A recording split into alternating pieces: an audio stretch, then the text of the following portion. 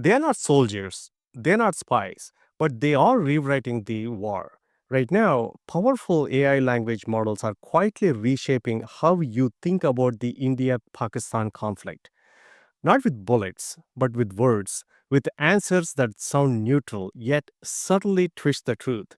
This isn't just misinformation, it's a memory manipulation at scale. On the battlefield, it's your screen. In this episode, we uncover how AI is becoming the new weapon in South Asia's longest war. There is a new player in the India Pakistan conflict. It doesn't wear a uniform, it doesn't cross borders, and it doesn't drop bombs. It speaks. And the scary part, it speaks in all directions at once across Twitter, WhatsApp, YouTube, Instagram, through news articles, anonymous blogs, and increasingly through polished yet fabricated videos. And it's not just people talking. Language models are now part of the conversation, not just repeating the talking points, but remixing them, repackaging them, and sometimes rewriting the entire script. This is where geopolitics gets weird. The India Pakistan conflict has always had two fronts, one on the ground, the other in the mind. But now, that second front has supercharged itself. Generative AI models like ChatGPT and others aren't just answering questions anymore. They are shaping perceptions. When a user asks a seemingly harmless question like, "Who started the Kargil war?" or "What's the truth about Balakot?" the answer might depend on the platform, the phrasing, or even the underlying biases of the dataset used. And guess what? That's not random, it's power. Imagine this: a teenager in Rawalpindi searches for India's role in Kashmir. The answer he gets might downplay Pakistan's internal dynamics and amplify India's human rights record. At the same time, a student in Delhi asks a similar question and gets a version that emphasizes terrorism and cross border threats. Neither of them is exactly wrong, but neither of them is complete. And that's how wars of perception work. You don't need lies, just carefully crafted versions of the truth. What makes this dangerous is scale.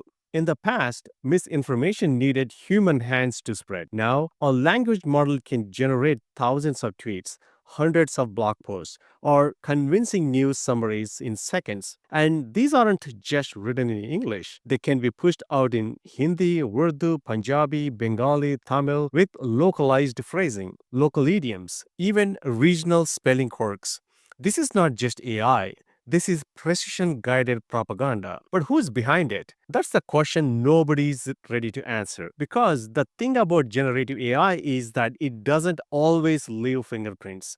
It's not like hacking where you can trace IPs and geolocations. If someone feeds a model the right prompts, trains it on curated data, and sets it loose on platforms, you may never know who authored the message.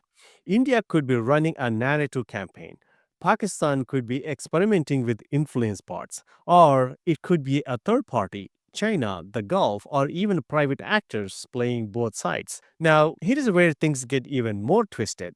Some of the narratives don't need humans to spread them anymore. Once language models put them out, they bounce around the internet, get reposted by influencers, repeated by anonymous accounts, cited by blogs, and eventually quoted by journalists.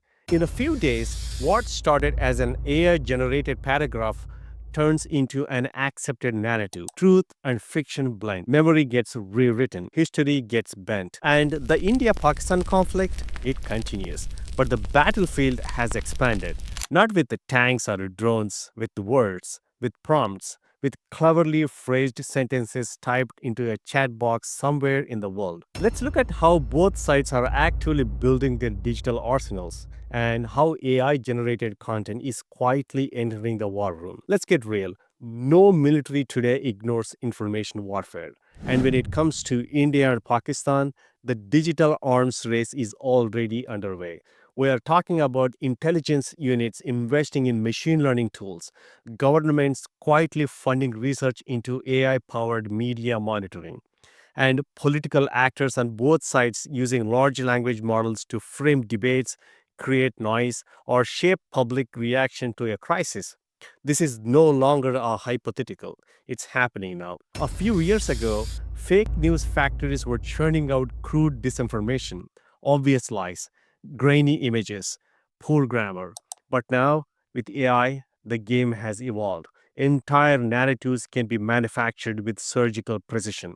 A language model trained on military history, regional culture, and political bias can write convincing commentary that sounds like it came from a defense expert. It can even mimic the tone of respected journalists or think tank analysts. And when posted online, these narratives blend into real conversations. That's the danger. India has been investing heavily in its AI ecosystem, from autonomous surveillance to predictive analytics. But the less visible weapon is content engineering. During the Balakot airstrikes, there was a flood of content across social media.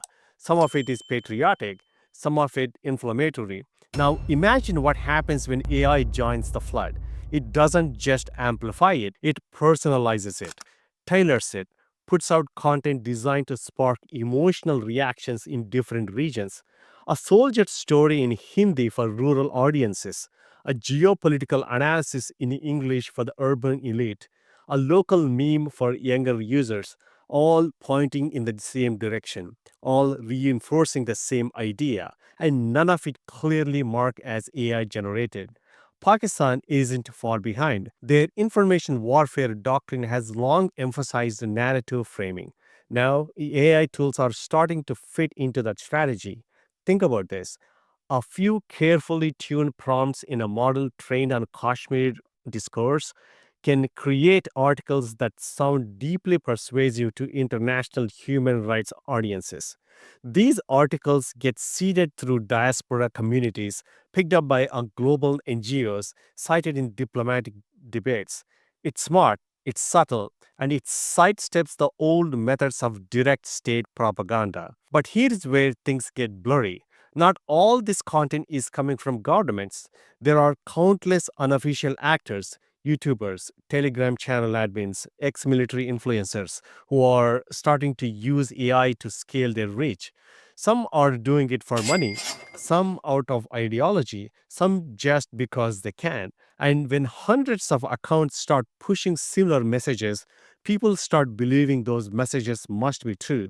AI doesn't need to be perfect, it just needs to be persuasive enough, often enough. And then there is the international layer. Western platforms host much of this content, but their moderation policies aren't built to catch these nuanced conflicts. A bot spewing hate might get flagged, but a model generating a slightly biased but fact checked article that shapes opinion, that impacts foreign policy. You might be wondering, what's the real cost of this? It's not just public confusion, it's trust erosion. When people can't tell whether a statement is real, when even eyewitness accounts are drowned in algorithmically generated narratives, it becomes harder to mobilize consensus, to de escalate, to negotiate. Wars may still be fought with guns, but peace is built with shared understanding, and AI, if misused, tears that apart. Let's look at how this quiet rewriting of the war narrative might affect the future of conflict resolution, diplomacy, and national identity itself. Every conflict is also a story about who started it, who suffered most, who was right, and who was wrong. These stories are passed down, written in textbooks, carved into memorials, debated on TV. But now, something strange is happening. Language models are slipping into the middle of that storytelling process. Quietly, invisibly, they are becoming the authors of memory. And that's not just a tech problem. It's a geopolitical one. Imagine a generation that learns about the Kargil War not from history books or veterans, but from AI generated summaries. Summaries that might be accurate, but certainly different depending on where you are reading them. A version in India might highlight heroism, while a version in Pakistan might stress provocation. Both sound neutral, both sound informed, but neither is quite the same. Over time, these small differences add up. They shift collective memory. They reframe identity. This is more than misinformation. It's soft rewriting, not with lies, but with emphasis, not with censorship, but with curation. When models decide which facts to surface, which voices to amplify, which events to spotlight, they become editors of truth. And because language models are designed to be helpful and fluent, users often don't realize how much filtering has already happened before they see the answer. Now, apply that to something like diplomacy. If negotiators, journalists, or citizens are influenced by subtly different versions of history or conflict, common ground becomes harder to find. Words like terrorism, self determination, or surgical strike don't mean the same thing across the border. An AI trained on region specific discourse might unknowingly entrench those divisions. It's not just echo chambers anymore, it's engineered divergence. There is a long term risk to national sovereignty. If citizens increasingly rely on foreign built models to interpret their own history, culture, and conflict, that's a form of soft power. Who controls the training data? Who decides what's accurate? Who updates the models as new facts emerge? These are not just technical questions, they are strategic ones. The power to narrate is the power to influence. And there is no easy fix. Governments could try to regulate AI responses, but that risks censorship. Platforms could tweak their algorithms, but that might just create new biases. The real challenge is public awareness. People need to know when they are reading machine generated text. They need to understand how prompts shape answers. They need to question, not just consume. The India Pakistan conflict has always been emotional, always been personal, but now it's becoming programmable. Every text, every post, every AI generated reply has the potential to sway hearts and minds. The future of war might not be decided by who has the better weapons. It might be decided by who has the better words, and more importantly, who has the power to write them first. Let's take this even deeper. Language models don't just respond to questions, they can simulate debates, generate strategic documents, even ghostwrite policy drafts. And this has huge implications of regions like South Asia, where conflict narratives are fluid, emotional, and politically charged. Because the moment AI starts speaking like us, calm, confident, and context aware, we start listening as if it understands. But what if it doesn't? What if it's just guessing our truth based on patterns in the data? In the India Pakistan conflict, language matters as much as firepower. A single word can shift blame, change tone, or trigger outrage. Words like incursion, retaliation, martyr, freedom fighter, insurgent, these aren't just labels, they are weapons. And when AI systems use them without understanding their emotional weight, they can pour fuel on fire, especially when these models are asked to write press releases, social media posts, or opinion pieces that might be shared by thousands before anyone checks the source. Here is something few are talking about. There is a growing evidence that both state and non state actors are now training localized language models. These aren't the big ones like GPT, these are smaller, fine tuned systems designed to respond in culturally specific ways. A military affiliated think tank in India might develop a model trained exclusively on Indian strategic literature. A political consultancy in Pakistan might fine tune a model on Urdu newspapers and nationalist blogs. The goal? Create AI voices that sound authentic to local audiences but push a strategic message. No hacking, no deepfakes, just text. And when these voices flood the digital space, it becomes harder to spot the real experts. A fake defense analyst account on X can post threads that intelligent link to real news and offer comment to be generated entirely by AI. These accounts can then interact with each other, boosting credibility, citing each other's work, and slowly pulling public discourse toward a pre-engineered conclusion. It's not just influence, it's infiltration. There is no need to imagine anymore. The war is already here. The headlines say it's about strikes and counterstrikes, troop movements, diplomatic escalations. But look closer, and you'll see another war playing out in real time, a digital one. Just hours after the first airstrikes were reported, thousands of posts started flooding social media. videos with dramatic music, maps with flashing borders, threads that claim to know that truth before any official statement came out. And right in the middle of that storm, you will find the fingerprints of AI. AI generated summaries began appearing on news aggregators, blogs, and Telegram channels, some written in perfect English, others in sharp, emotional Hindi or Urdu, each version tailored to sound credible to its intended audience. Pro India accounts posted long explainers about surgical precision. Pro Pakistani sources shared human interest angles of civilian impact. Many of these posts weren't written by journalists, they were created by prompts fed into language models designed to go viral, and they did. This isn't just the fog of war, it is synthetic fog, manufactured confusion, strategic storytelling, all happening before satellite images are even analyzed, before diplomats can respond, before journalists verify a single claim. And when the dust settles, public opinion is already hardened. Sides have been chosen, not based on facts, but on whichever version of the narrative reached you first and resonated most. There is another layer diaspora communities. Millions of Indians and Pakistanis live abroad, often consuming news and commentary through social media. Language models can be trained to appeal to these audiences too. Articles aimed at NRIs in the US might stress India's role as a responsible democracy.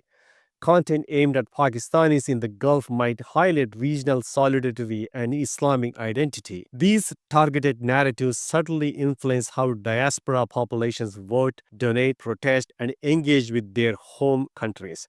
It's cross border influence without crossing any borders. And let's not forget the platforms themselves. Most major language models are trained on data that disproportionately reflects English speaking Western sources. That creates a tilt, a blind spot. When these models talk about Kashmir, Balakot, or even the concept of nuclear deterrence in South Asia, they may carry unconscious assumptions baked into their training data. This means even when an AI tries to stay neutral, it might already be learning without knowing it. And users, especially young or curious ones, may not have the tools to detect the bias. There is a haunting possibility here that one day much of the archived knowledge about the India Pakistan conflict will be written not by journalists or historians, but by machines. Summaries, explainer videos, academic reviews, and public debates, all powered by AI engines that were shaped by today's internet noise. It's like building history on quicksand. What gets remembered and what gets forgotten might depend on what happened, but on what a machine decided to highlight. This isn't just a tech problem, it's a democratic one. Because when truth becomes elastic, people lose trust in everything in the media, in the government, even in each other. And that's when polarization deepens, not because of deliberate lies, but because of millions of slightly skewed truths pulling in different directions. That's the real threat AI brings to India Pakistan conflict. Not just propaganda, but fragmentation. So the question is what now? Can we build systems that flag AI generated content? Can platforms offer transparency about whether a post or summary came from a language model? Can educational systems teach media literacy fast enough to keep up? Or are we already too far into the fog? One thing is certain the next war over South Asia's future may not be won with better weapons or bigger alliances. It may be won by whoever best shapes the words people trust. The side that trains its models not to just speak, but to persuade, to resonate, to remember. Because in the age of AI, the most dangerous battleground is the human mind. Thanks for watching.